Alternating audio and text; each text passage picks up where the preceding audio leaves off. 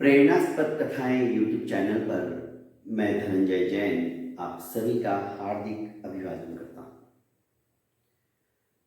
सवेरे से ही रागिनी जी परेशान थी।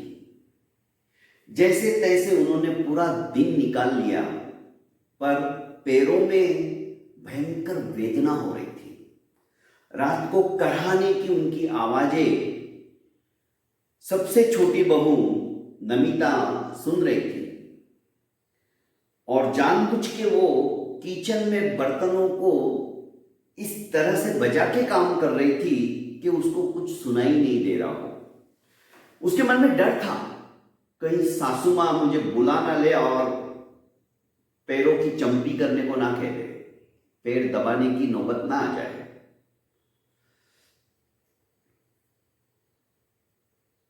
जैसे ही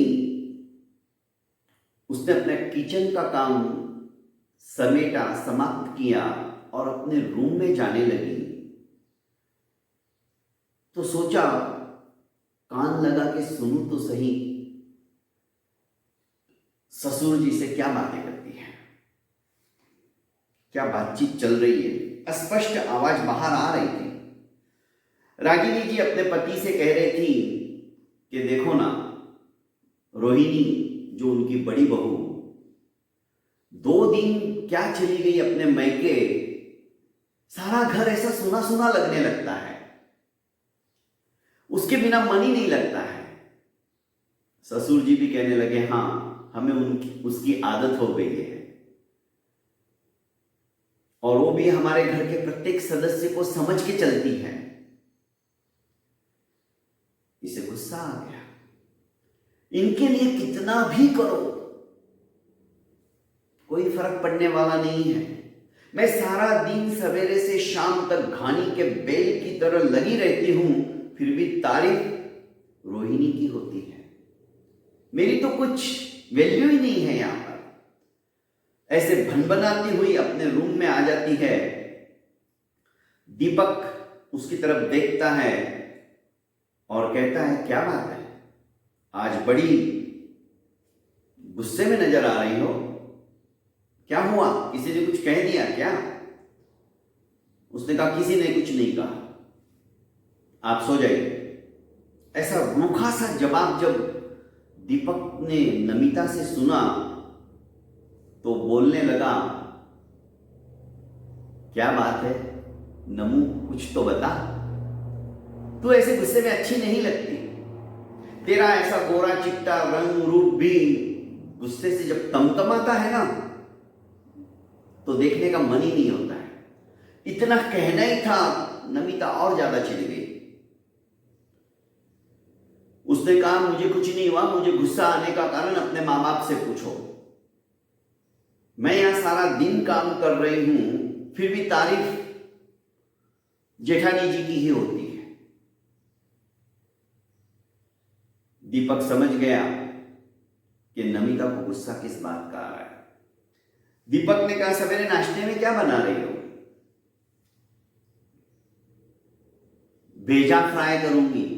गुस्से में नमिता ने बोल दिया, अरे एक काम करो, तुम है ना हलवा बनाओ, जैसे रोहिणी भाभी बनाती ना वैसा हलवा बनाओ, क्योंकि उसके जैसा हलवा हमने खाया ही नहीं, मजा आ जाता है। अब रोहिणी भाभी हलवा इतना बढ़िया बनाती है, सुनकर नमिता के तो तन बदन में आग लग गई।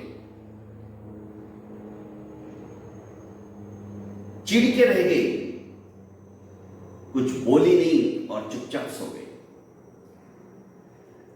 सवेरे रागिनी जी जल्दी उठी।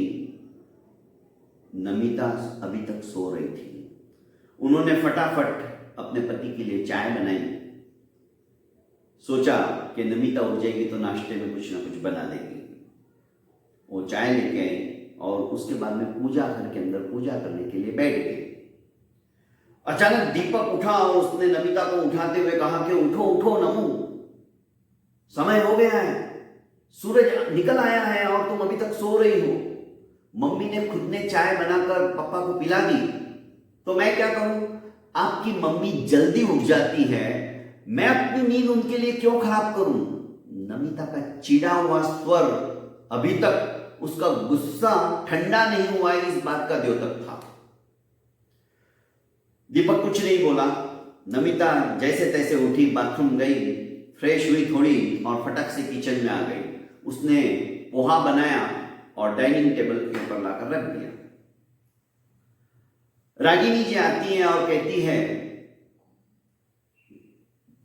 कि बेटा, तुम्हारे ससुर जी सवेरे सवेरे 2 फुलके खाते हैं और कोई बॉइल्ड की हुई सब्जी लेते हैं। रोहिणी तो हमेशा वही बनाती है। मम्मी जी, रोहिणी को सिर्फ वही आता है, जेठानी जी को। तो उसमें मैं क्या करूं? हर बार अपना टेस्ट भी बदलना चाहिए। आज पोहे बना दिए, पोहे खाइए। रागिनी जी को नमिता से ऐसी अपेक्षा नहीं थी। रागिनी जी खुद किचन में जाती है और 2 फुलके बनाती है और अपने पतिदेव को खिला देती है। कीर्ति दोपहर के समय आ जाती है। कीर्ति रागिनी जी की बेटी, इकलौती बेटी, वो भी एक दिन रहने वाली थी। तो आते ही कहती है कि मां, रोहिणी भाभी कहाँ है? रागिनी जी कहते कि रोहिणी भाभी तेरी जो है वो पिहर गई है, उनकी मम्मी जी की तबीयत ठीक नहीं है, मतलब मेरी संगन की तबीयत ठीक नहीं है। मामी, मम्मा बोले रोहिणी भाभी के बिना मजा ही नहीं आता है घर में। खैर, मैं तो कल वापस चली जाऊंगी, पर ऐसे सुना सुना लगता है। हाँ बेटा, ये तो एहसास हमें भी हो रहा है। इतने में नमिता आती है और कहती है कि हाँ, पता नहीं उन्होंने क्या जादू करके रखा है, क्या काला जादू किया है, समझ में ही नहीं आता है। दिखने में तो रंग रूप भी नहीं है, ज्यादा पढ़ी लिखी भी नहीं है मेरी तरह, फिर भी बस जिसके भी मुंह से सुनो बस रोहिणी भाभी चलता रहता है। आखिर आप इतना फर्क क्यों करते हो? मेरे में क्या कमी है? मैं क्या काम नहीं करती हूं? नमिता के मुंह से रागिनी जी ने जब पहली बार ये सब सुना तो सिहर उठी। सोचा कि इसको अभी जवाब दूं, पर वो अपना गुस्सा पी गई, क्योंकि उनको घर परिवार को लेकर चलना था। और घर के जो बुजुर्ग होते हैं ना दोस्तों, वो जब तक सभी को लेकर नहीं चलते हैं तब तक वो घर नहीं होता है। नमिता को कई बार उन्होंने समझाने का प्रयास किया था, पर नमिता छोटी है, नई बहू है, सीख जाएंगी, ये सोच के वो टालते रहे। पर रोहिणी की सब बातें अच्छी होने लगी तो ये उससे जलने लगी थी, अपनी ही जेठानी से। पर रोहिणी भी अपनी छोटी बहन समझती थी नमिता को, और उसको भी वैसा ही सत्कार देती थी। ऐसा नहीं कि मेरे से छोटी तो मैं इसको कुछ समझू नहीं, उसमें वो संस्कार थे। दूसरे दिन फोन पे बात हुई तो रोहिणी बोली कि माँ, मुझे और 2-4 दिन लग सकते हैं, मम्मी की तबीयत अभी तक ठीक नहीं हुई, जैसी तबीयत स्टेबल हो जाएगी मैं फौरन आ जाऊंगी। तो रागिनी जी ने कहा कि नहीं बेटा, तुम आराम से अपनी मम्मी की सेवा करो, वैसे भी तुम्हें 2 साल हो गए हैं, पिहर गए, सारा दिन तुम यहीं पे काम करती रहते हो, कहीं घूमने को भी नहीं जाती हो, तुम आराम से उनकी सेवा करो, अभी उनको तुम्हारी ज्यादा जरूरत है, या हम संभाल लेंगे, या नमिता भी है ना। रोहिणी ने फोन रख दिया और अपनी मां की सेवा में लग गई। इधर कीर्ति बोली कि मां, मैं जाने की तैयारी करती हूं, मुझे जाना होगा। तो रागिनी जी नमिता से कहते कि बेटा नमिता, मैं तो बाहर बाजार में जा नहीं सकी हूं, तुम्हारे पास कोई साड़ी हो तो कीर्ति को दे दो, क्योंकि बेटी खाली हाथ विदा नहीं करते हैं। नमिता ने कहा, मेरे पास जो साड़ी हो तो मेरी मम्मी ने मुझे अपने लिए दी है। इतना सुनना ही था कि रागिनी जी ने सोचा कि मैंने किसे कह दिया। कीर्ति ने भी बात टालते हुए कहा कि मम्मा, मुझे कुछ नहीं चाहिए, मैं तो आपका प्यार पाने के लिए यहां आती हूं, कुछ लेने के लिए नहीं। अब रागिनी जी ने सोचा कि अब नमिता को सही समय है शिक्षा देने का, और उन्होंने नमिता को बड़े प्यार से अपने पास बुलाया और कहा कि नमिता देखो, तुम्हारे मन में ये भेदभाव की जो भावना घुस गई है ना, उसे निकाल दो। और तुम जो बोलते हो ना, तुम रोहिणी रोहिणी रोहिणी उसी के गुणगान करते हो, तो उसके पीछे कारण है, क्योंकि रोहिणी ने हमारे घर परिवार को अपनाया है। घर में तो कोई भी रह सकता है, पर परिवार को अपनाना, घर के प्रत्येक सदस्य को समझना और तद्रूप आचरण करना एक अलग बात हो गई। रोहिणी सबको लेकर चलती है। अब सुनो, पहली बार मैं तुम्हें सुनाती हूं।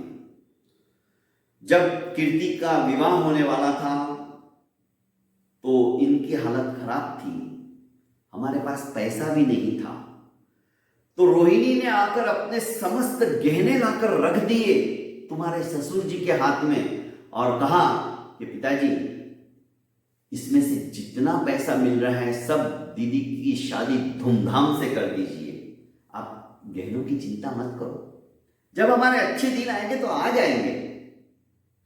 पर कीर्ति मेरी भी तो बहन है, अब मैं इस घर की बेटी हूं तो मेरी बहन ही तो हुई। उस समय पहली बार हमारे आंखों से आंसू आए।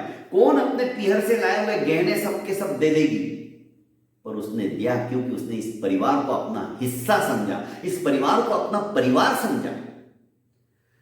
जब तुम्हारे जेठ जी को नौकरी नहीं लग रही थी और सरकारी जॉब के लिए भी सामने वाला जो सांप बैठा था उसको अंदर से पैकेट देना था बड़ा, उस समय भी रोहिणी ने अपने कंगन निकाल के दे दिए आशीष के हाथ में और कहा कि पहले तुम अपना जॉब फाइनल कर लो, कंगन फिर बन जाएंगे। और आज तक जितने भी गहने हम बना पाए दिए, अभी तक पूरे गहने उसको बना के भी नहीं दिए, पर उसने कभी मुंह से नहीं कहा कि मां मेरे गहने अभी तो हमारे दिन सब अच्छे हो गए, वापस बना के दे दो, आज तक नहीं कहा। यह होता है समर्पण भाव परिवार के प्रति, यह होता है त्याग। अब आंखें नीचे करने की बारी आ गई थी नमिता की। उसने सोचा मैं कितनी स्वार्थी हूं, इस परिवार को अपनाने के लिए मेरे मन में समर्पण भाव ही नहीं आते, धिक्कार है मुझे। पश्चाताप के आंसू उसके आंखों के माध्यम से अपनी गलती के पापों को धोने के लिए पर्याप्त थे और रोती गई। रागिनी जी ने उसको अपने बाहों में आबद्ध करके कहा कि नहीं बेटा, तू अभी बच्ची है, कुछ नहीं हुआ। पर उस दिन से नमिता की आदतें ही बदल गई। हर एक के मन में जगह करने की बात उसको समझ में आ गई थी। घर में तो कोई भी रहता है, पर किसी के घट में जगह करना हो तो उसके लिए अपने आप को चेंज करना पड़ता है, और नमिता वो सीख गई। जैसे 3 दिन के बाद रोहिणी आई, अर्थात जेठानी जी आई उसकी, तो उसका देखने का नजरिया अलग था, उसके प्रति उसका सम्मान था, और वो भी आदर के साथ रोहिणी की बात सुनती थी और उसके पद चिन्हों के ऊपर चलने का अनुसरण करती थी। बहुत बहुत धन्यवाद दोस्तों। घर परिवार के अंदर यदि हमारे प्रत्येक सदस्य में इस प्रकार की भावना आ जाए, अपने कर्तव्य को समझने की भी कला आ जाए, तो मैं समझता हूं हमारा घर साक्षात स्वर्ग हो जाएगा। बहुत बहुत धन्यवाद दोस्तों। मेरे इस YouTube चैनल को आपने अभी तक लाइक एवं सब्सक्राइब नहीं किया तो कर लीजिए और ज़्यादा से ज़्यादा इसे शेयर कीजिए। प्रणाम।